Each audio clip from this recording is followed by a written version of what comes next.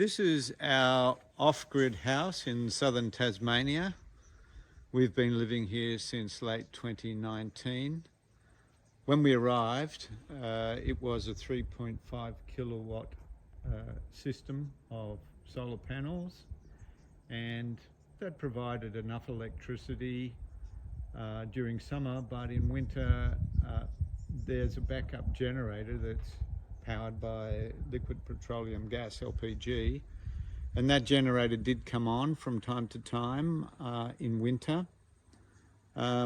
Since then, we've upgraded to a 16 kilowatt solar array, and we have evacuated tube solar hot water heater, and that means that the generator never comes on anymore.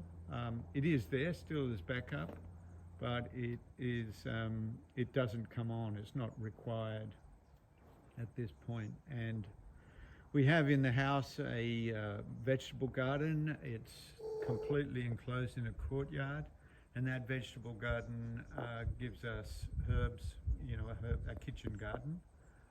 Plus, it's a beautiful thing for us in this lovely courtyard, which is sheltered from the strong winds. We're up on a ridge, so we get fairly strong winds, and it's quite a long, cool winter in Tasmania.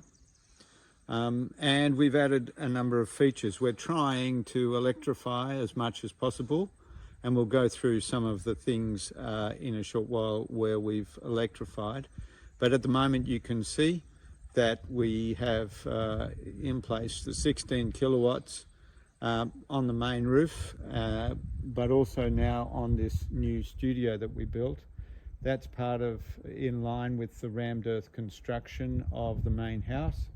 Insulated rammed earth walls combined with fibre cement sheeting walls in some areas, and the walls are fully insulated. The whole property is double glazed in the studio and in the house. We have an electric vehicle which is predominantly charged at home, and that's charged entirely off solar power.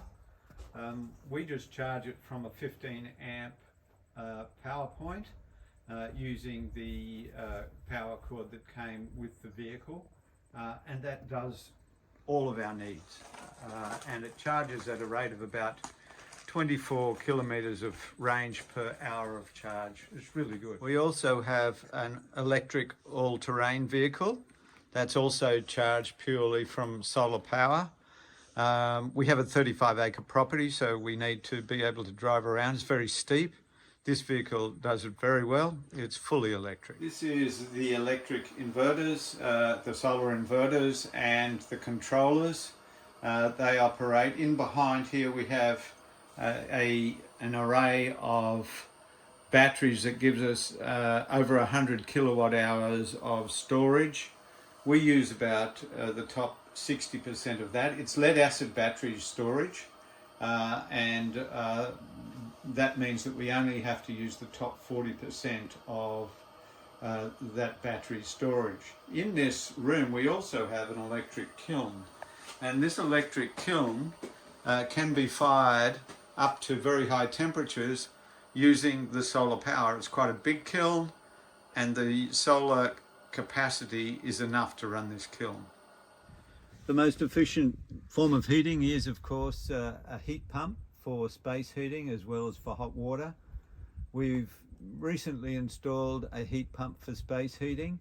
This has vastly reduced the amount of wood that we burn to keep the house warm, and it's possible with a unit like this to entirely heat all year round using solar power.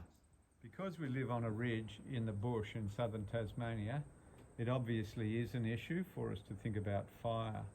We have fire sprinklers around the house, and these fire sprinklers are in such a way that they circle the entire house, and they run from an electric pump, and that runs, of course, off our batteries and solar power. And that means that should we need to turn on the sprinklers and go away, the solar electricity will continue to run the pump as long as there's water. Because our house already had a gas cooktop, it did have an electric oven, and we use the electric oven quite a bit, running obviously entirely from solar power.